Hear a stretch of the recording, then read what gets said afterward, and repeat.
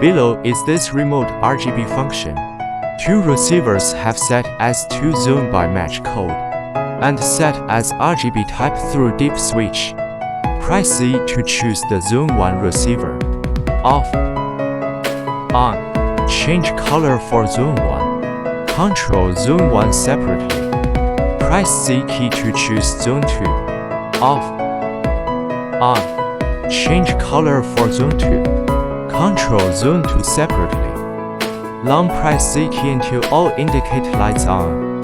Control all zones together. Off. On. Change color for all zones. White color hotkey. 6 static colors. Short press to change the colors. 6 static colors.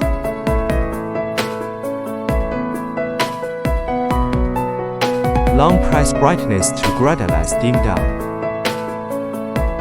Soft dimming for static colors. Long press brightness plus to gradualize dim up.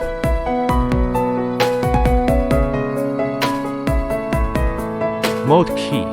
There are total 8 modes for dynamic colors.